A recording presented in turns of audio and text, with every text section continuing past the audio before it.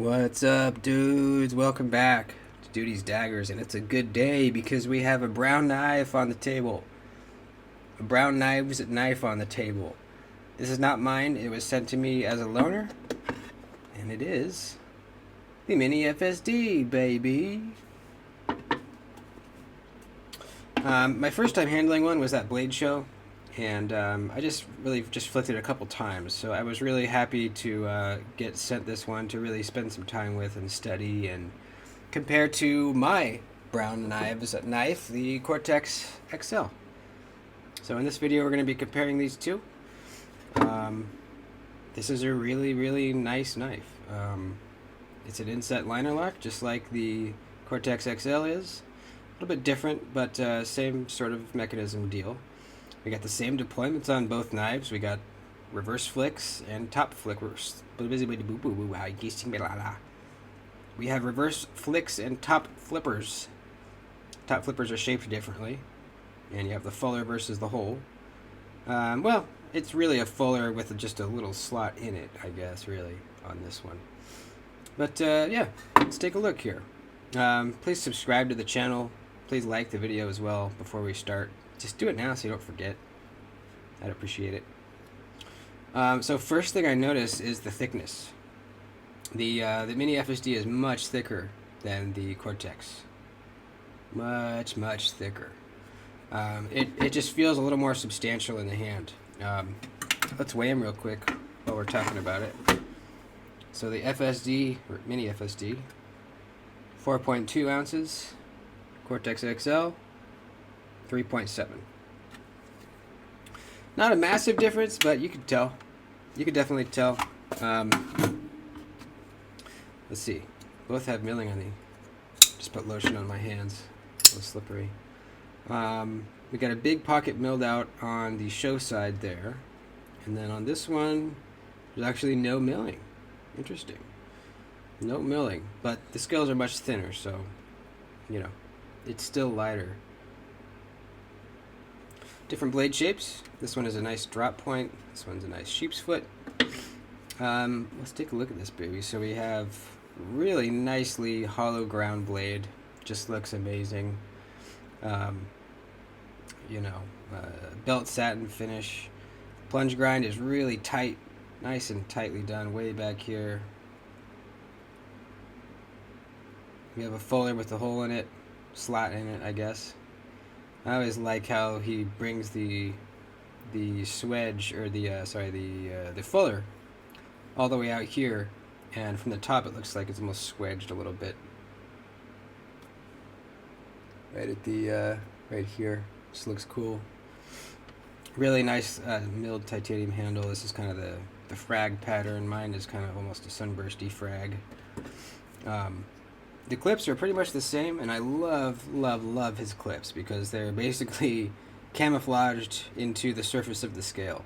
He continues the milling pattern on top of the clips, so from the top you can barely see him. So cool.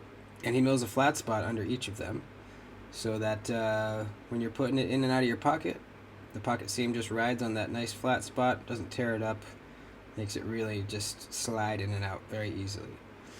He also hides the hardware for the holds in the lock bar underneath the clips. You look, you see the heads of the screws on the inside. Let's see. You can see them better on this one. There you go. Yeah, they're just hidden under there. Those are holding in the lock bars. Really cool. Both knives, all you see on this show side is one screw back here that holds together the back of the knife and the pivot. That's it. Very nice, clean aesthetic. Now the lock bars are different. Same concept, but they are different. Now the reason this is much smaller is because this top flipper has to come around and it lands right here. So that lock bar has to be small enough to fit in between the tang where it's locking up and that point of the top flipper. So that's why this one's a little shaped differently. This one's kind of more of a traditional, liner lock, kind of what you'd expect a liner lock to look like.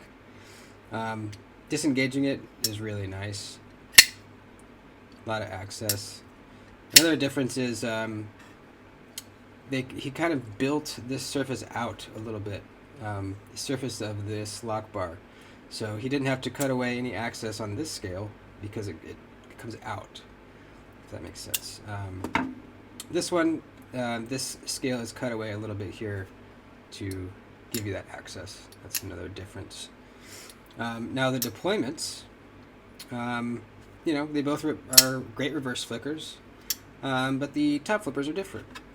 This one has a little bit of a windswept mohawk kind of deal. This one's just like more of a hump. It took me a second to get used to it. Once I got the finger placement down, it's easy. You are putting your finger in front of that nubbin, pulling back, and it flips really well. However, I cannot get the over the top. It's just not the right leverage. This one you can really easily do over the top. And in fact, that's my primary mode of opening this knife, is just the reach around.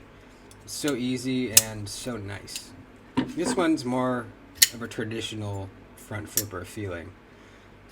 But man, it slams out and it's super duper smooth on the drop. Look at that.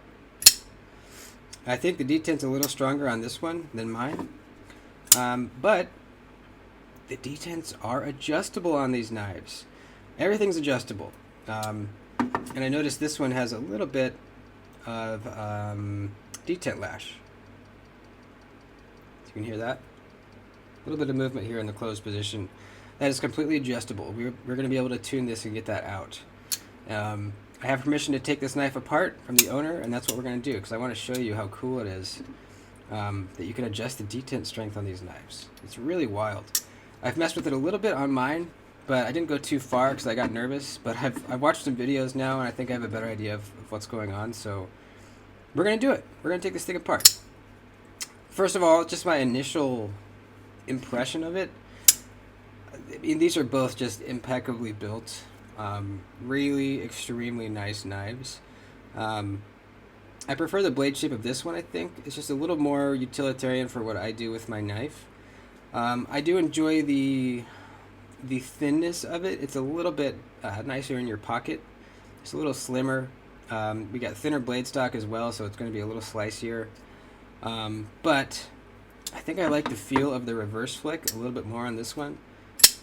It makes a little bit more of a metallic-y sound, and it's a little crispier for the reverse flick on this one.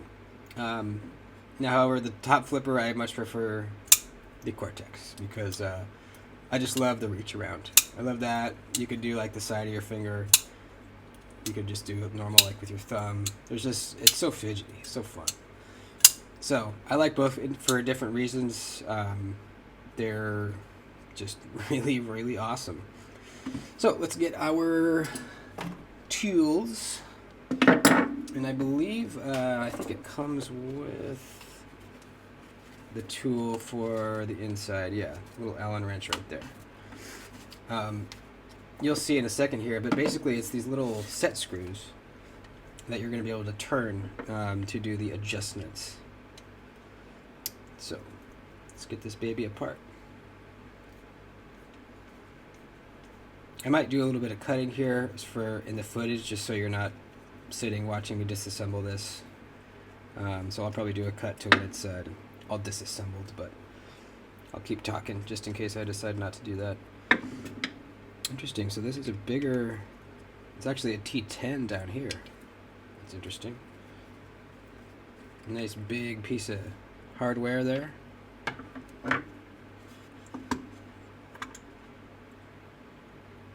There we go. Let's get a cloth here. Give this a nice cleaning while it's out, while it's apart. There we can see USA made, number 293, Magna Cut. There you can see those two screws that are underneath the clip, holding in that lock bar right there.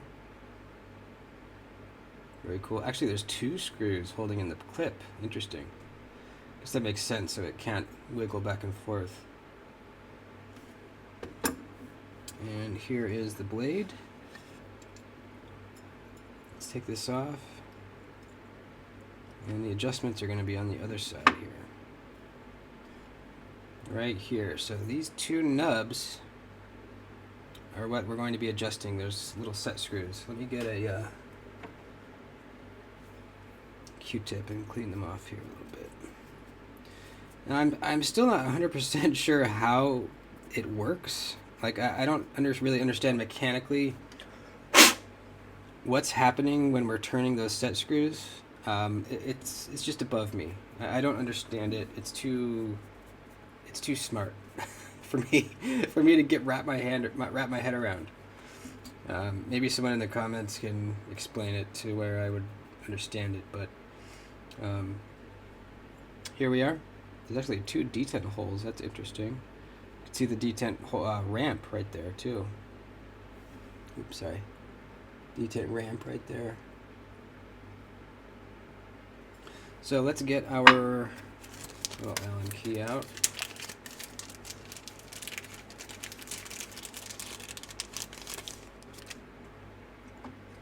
And I think it's the right-handed one here that we're going to turn just a little bit.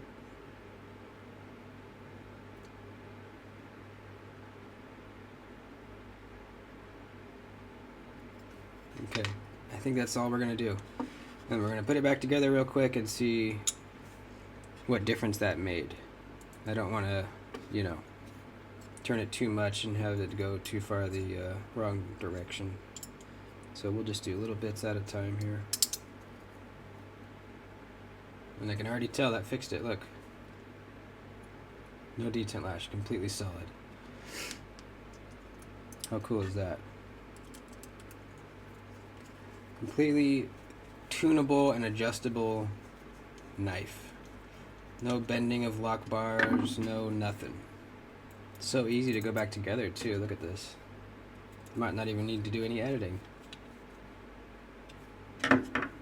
There we are, it's completely gone.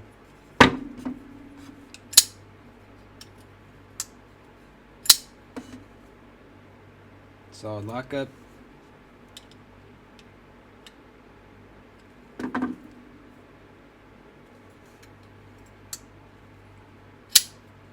Wow, that's actually got smoother somehow. Wow, it feels better. It feels like a lot better for some reason. Yeah, I think it was just out of whack a little bit. That just such a slight turn on that set screw, and we are cooking, baby. Look at this thing. Even makes a ting noise. Super nice. All right, cool. Well, there you go, buddy. It's fixed up for you. Super nice knife. Both of these. I think I might take mine apart after this video and mess with mine a little bit. See if I can get my detent slightly stronger. I think it's almost perfect. It's perfect for this top flipper, but I could stand it being a little stronger on the reverse flick. So I think I'm going to mess with it a little bit. But there you go. A really cool knife. These are pretty hard to get. You have to wait for them to come up on a secondary market. I'm not sure if he's going to make more of these at any point. His last run was the Cortex XLs, so who knows what he's going to do next. But if you have an opportunity to grab one of these, I say do it. Do it. That's it, folks. Thanks for watching. Please like the video. I'll see you next time.